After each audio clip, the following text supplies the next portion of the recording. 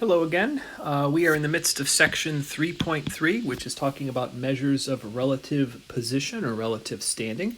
The first one we looked at dealt with z-scores or standard scores, and the second measure of relative position or relative standing that we're going to talk about is something called a percentile. Anyone who's taken a sort of a standardized test, maybe who has had young children, maybe you know somebody who's had a baby very recently, right? Doctors always talk about things in terms of percentiles, and parents are always wondering, what percentile is my child in relation to weight and height and this sort of thing. And so very, very important. And so percentiles used in standardized testing, right? You're in the 90th percentile, and everybody wonders, do these things mean we're doing well, or should we have reason to be concerned? So good news is that the standard scores that we talked about previously, they're going to be back, okay, in Chapter 6. Chapter 6, as I alluded to in one of the videos I've been making, comes back with the normal distribution. We got a whole chapter dedicated on that. And to some extent, percentiles is actually going to come back as well in Chapter 6. So we're not done with these, some meanings that we have behind it. So percentiles allow us to be very specific in telling where a value's position is amongst the data. So again, we've had that in the context of standardized tests or in terms of the growth of a child. So percentile comes from the word percent, and it allows us to divide data into 100 parts. The divisions are called percentiles. So this section covers finding percentiles graphically, and we'll return to the concept later when we discuss, of course, the normal distribution. Now, one of the common graphs that we use to deal with percentiles is our good friend, the stem and leaf plot. And there's actually another handout that actually has a larger version of the stem and leaf plot. I've got it on my other page here. I'm going to switch over to it just so you see. So if you want to write on that other handout, that other page, you're welcome to do that. If this were an in-class setting, that's the sort of one that we would use without having to flip the pages back and forth. So it's up to you which one you use. I've got one embedded in the guided notes. This will be the one that I'm going to reference as we look through. So example 5, we've got these car manufacturers, okay, studying highway miles per gallon, the MPG, for different types of vehicles. And so on this plot, we've got 135, okay, I'm going to write that down, 135 different vehicles that were tested. And so, remembering stem and leaf plots, right, guys, we've got to have a key here. And so the line that separates the stem and the leaf, according to the key, tells us about the decimal. So that's what it represents. So 12 line 1 means 12.1 miles per gallon. And remember, we always look for what's the shape of the distribution. So does this have a shape? Maybe kind of, sort of, maybe a little bit symmetric. I don't know. There's a lot of data that's kind of, bunched up right here. Somebody might argue maybe these are outliers. I don't know. A little hard to kind of tell, but almost looks symmetric to me if you're asking sort of my opinion. Okay? And it looks like there are a lot of cars that are in the 24 to 25 mile per gallon range, right? So that's important to consider. Okay? All right, so what on earth are we being asked to find? Let's see. So we want to know which value represents the 10th percentile and which value here represents the 20th percentile. So which miles per gallon would be the 10th, which is the 20th percentile. Okay, good to know. So we've got some formulas. So it says to find the data value for the Peeth percentile, so the P would be 10 and 20 in our case, we've got a formula that helps us find the location. And so this is the formula here. So L is equal to the location, okay, of that percentile. N is the number of data values. If you remember, we knew that. I wrote that down. That was 135. And then P is the actual percentile that we want. Okay, and so P in our case would be 10 and 20 respectively. So kind of a nice little formula to use. Now we've got two rules that we have to remember when we use the formula. Okay, so number 1 says if the formula results in a decimal value for L, the location is the next larger whole number.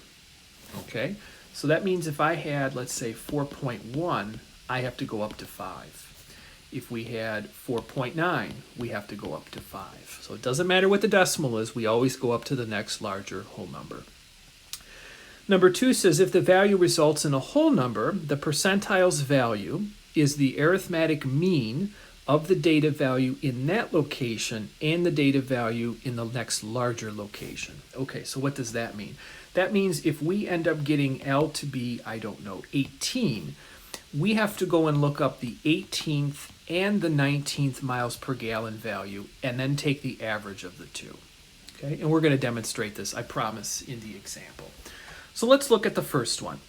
So it says that we want to figure out what's the value of the 10th percentile. Okay, so we've got our formula here, L equals N times P over 100. Okay, N we said was 135. And P we said was 10, since it's the 10th percentile. Okay, so we punch that in the calculator, and we get 13.5. So remember, that's the location. Well, this means we have to use rule number 1. It says if the formula results in a decimal value for L, very clearly is a decimal. So this means that the location has to be 14. Okay. Now I'm not done, guys. This doesn't mean 14 miles per gallon. This is the location. Okay. Here comes the fun part. I have to figure out what miles per gallon that is for the vehicle. So I actually have to go back to the stem and leaf plot, and I have to count 14. Okay, good grief. All right, let's see. So here's how we start. We always start at the lowest value, which would be 12.1. So this would be 1, 2, 3, 4, 5, 6, 7, 8, 9, 10, 11, 12, 13, 14. So that would be 17.3 miles per gallon. That represents the 10th percentile. And you can always stop the video and watch how I count it again, okay? All right, we're going to repeat this process for the 20th percentile. So exactly the same thing happens, 135 times 20 over 100. Okay, there it is. Punch that into the calculator, and what we get out is 27. Okay, so now we have to follow rule number 2. Rule number 2 says if the formula results in the whole number, then we need to find the percentiles, the arithmetic mean of the data value in that location and the next larger location. So I need to look up the location for 27 and 28, because what I have to do with those is I have to take the mean. So I got to average them. Okay, so guess what? We got to go counting again. Okay. Now the good news is the last one we had was 14, right? And I'm looking for 27 and 28, so I can actually just pick back up with where we were at with 14. So where my arrow is 14, right? Okay, so let's continue to count. So that was 14. 15, 16, 17, 18, 19, 20, 21, 22, 23, 24, 25, 26, and let me use another color. How about this one? 27 and 28. Okay. So that's going to be 19.2 and 19.3.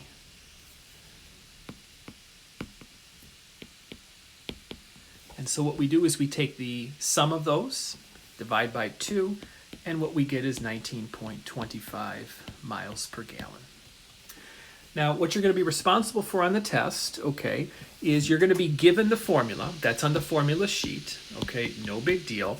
But the rules, guys, you have to know, okay? You have to know the rules, okay? Very, very important. So, you got to memorize them or put them on a note card or something. Those you have to make sure you reference. Okay. Now, the cool thing is this actually does work the other way around. Okay, and so that is if we're given a data value, we can actually determine its percentile. Okay, and so we've got this other variation on the formula. And so what in fact we did is we solved the other formula we had, okay, which was L equals N times P over 100. We solved it for P. Okay, and we get this guy. Again, it will be given to us. And remember, all the variables here stand for the same things. So it says, in the data set from the previous example, the Nissan Xterra averaged 21.1 miles per gallon. And so we want to know what percentile is this. Okay, so we're going to use this formula, P equals L over N times 100. I know that N is 135.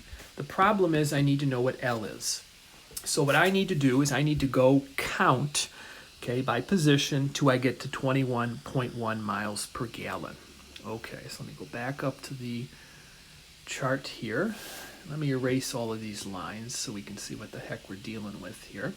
And so again, we are looking for 21.1 miles per gallon. Okay, so let's count. Let's use another color. Maybe we'll highlight them. So there's 1, 2, 3, 4, 5, 6, 7, 8, 9, 10, 11, 12, 13, 14, 15, 16, 17, 18, 19, 20, 21, 22, 23, 24, 25, 26, 27, 28, 29, 30, 31, 32, 33, 34, 35, 36, 37, 38, 39, 40, 41, 42, 43, 44, 45, 46, 47,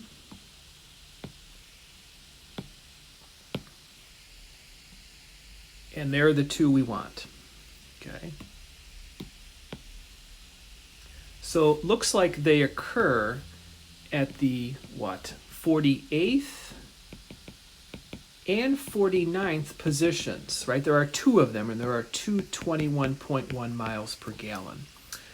Okay, so what do we do if that happens? Okay, so 21, let me scroll back down here to the problem.